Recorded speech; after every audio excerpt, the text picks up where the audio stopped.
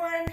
Today I'm going to talk about something, one of my favorite subjects, and it has to do with saving money. When it comes to money, there's so many things involved, so many emotions, so many feelings that most people don't even know. They're not aware that they have all these feelings. They just feel them, and it's just a very hard topic to deal with. Um, when it comes to saving money, I'm not an expert. I'm an expert on spending money and not holding down to my money, which is, you know, of course, I have to be an expert on something. I'm not an expert on a lot of things, but that's something I'm an expert on. Wasting money, it's just really sad, but that's the reality. One of the feelings that I'm an expert in is, having this feeling of fear. Fear that having been in so many problems because of money, it's very hard to talk about it. And most people are probably like, it's something that they just try to avoid. But in any case, fear that, you're not going to make it, fear that the money is not going to last at the end of the month, fear that, you're not going to find a solution when the end of the month comes. That's pretty much the one of the basic fears of the unknown. You don't know what's going to happen in the future, so it's a very strong feeling, I think. And the next feeling is something that I think people should give themselves permission to feel the emotions, to feel whatever they feel, because it's just a feeling. It's just natural, and it's, something that most of us have to go through, except for, the Rockefellers, the Hiltons, uh, who else has lots of money? Oh, the Bezos, of course. But when it comes to the 99%, of course, I'm a big member.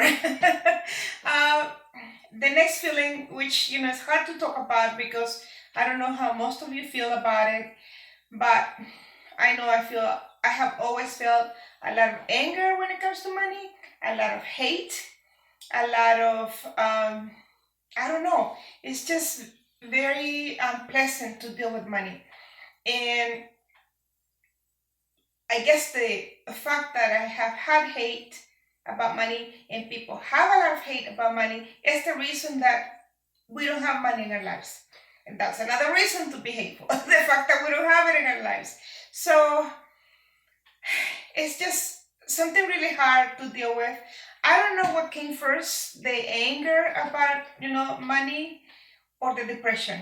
Uh, that's another topic that most people don't talk about it, but trust me, when the end of the month comes and I barely make my expenses, and I have to be left with no money for the next month, it makes me very freaking depressed.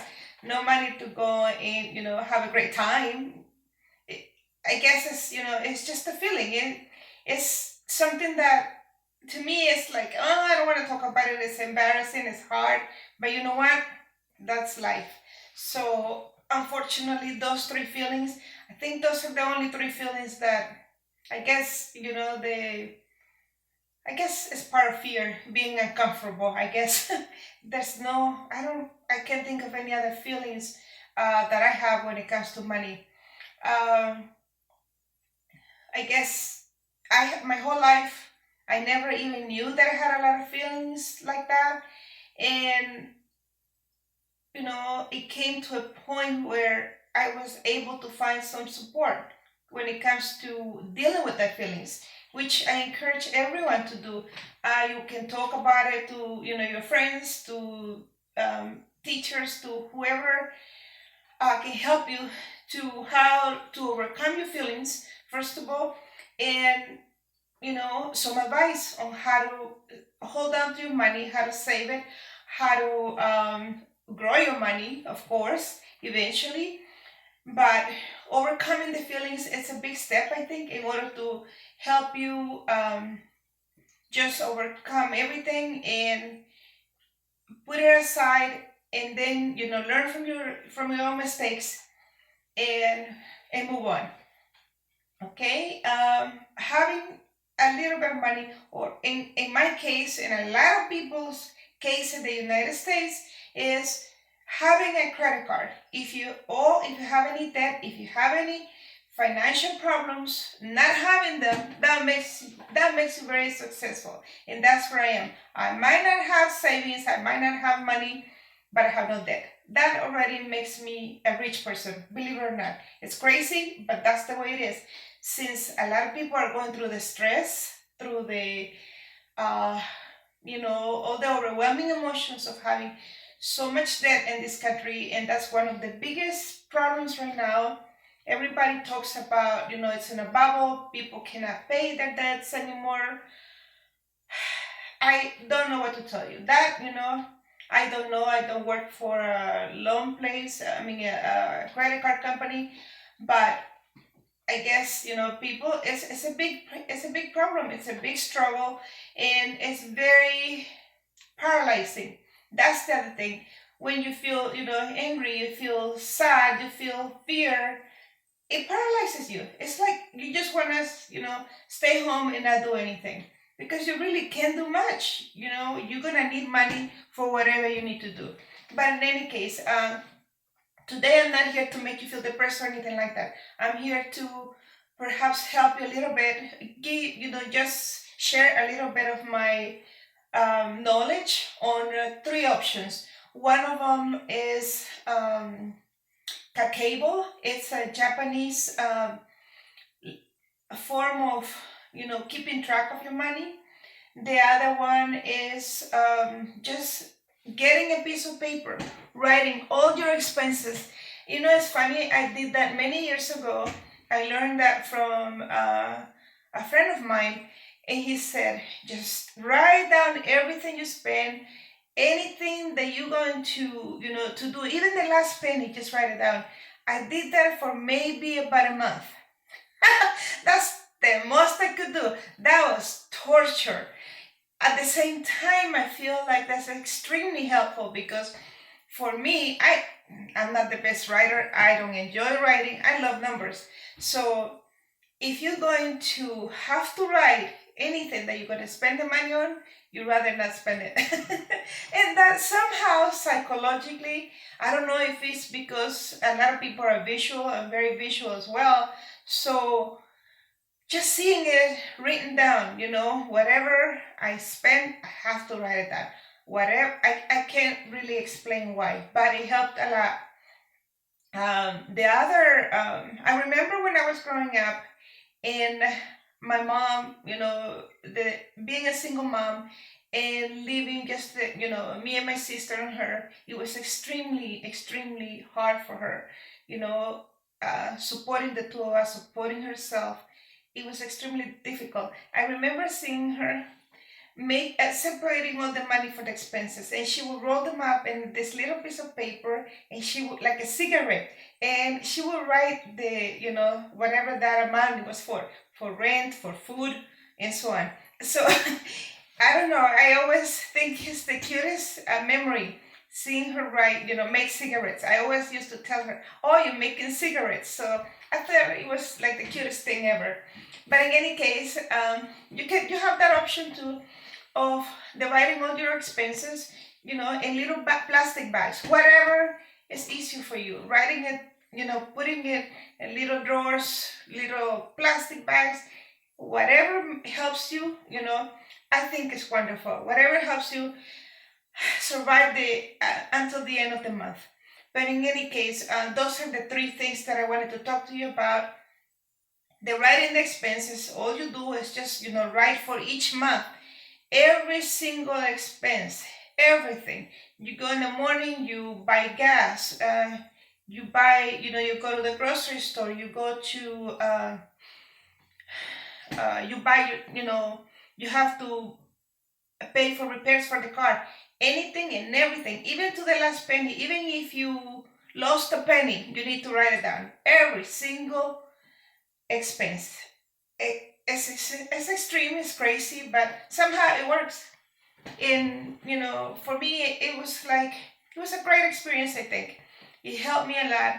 I was in debt for about 10 years ago. It was about $15,000 that I spent only on interest, I think. And that to me, it's an eye opener. One day I thought I'm just gonna add all the credit cards and add all the interest. And when I saw the amount at the end, I was in shock. I was depressed. I was angry.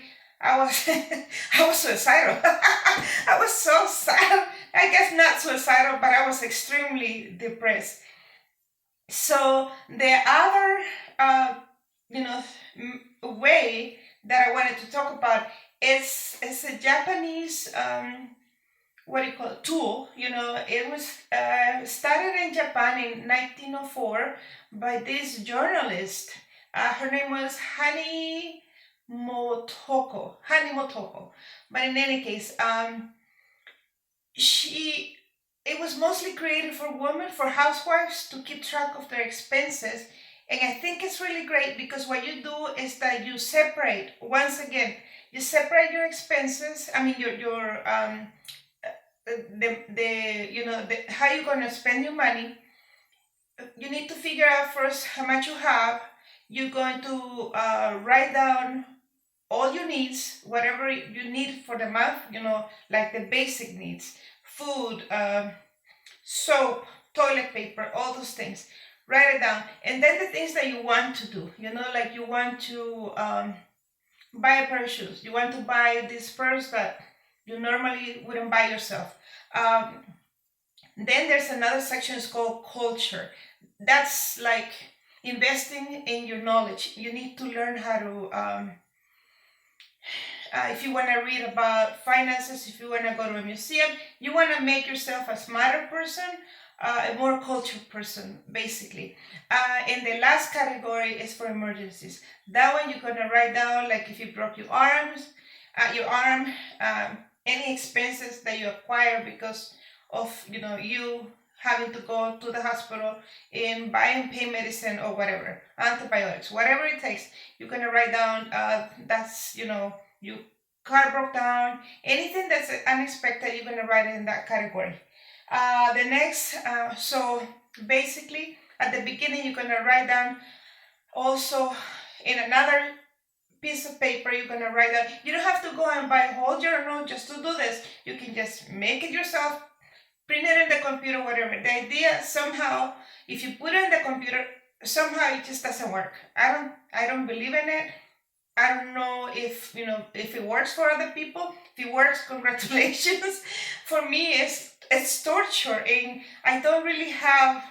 I mean, somehow it's psychological, but the fact that you have to use your hand and write it down, that's extremely helpful. I don't know why. I guess it's telling your mind, don't spend your money, don't spend your money, don't spend your money. um, so you separate the exact amount that you have. Even if you have some money that you found on the street, on the lottery, your paycheck, every single amount that you make for that month, then you're gonna write down how much you want to save for that month. The Japanese are extremely, extremely good when it comes to saving money. I think it's the Japanese or the Chinese. I don't know, but in any case, I think it's the Japanese. What I hear is that they save 30% of their income every month, which means that if you make $100, you have to save 30. You can only spend 70, and to me, that's like yikes. That's extremely scary. I don't know how people do that. It's here in the United States, everybody keeps telling you, oh, you can only spend 5. I mean, you can only save. You only need to save 5%. That's crap. I think compared to the Japanese, forget it. It's not very much. So you write down whatever you're gonna save. You're gonna write down how you're gonna spend it and how you're gonna improve for next month. So let's say this month you were able to save $30 out of 100. Well, next month, guess what? You're going to save 35. And that's I guess somehow that makes them very successful, and I guess it makes them extremely wealthy. I'm assuming, good for them. And good luck and savings. And I wish you the best. Arigato.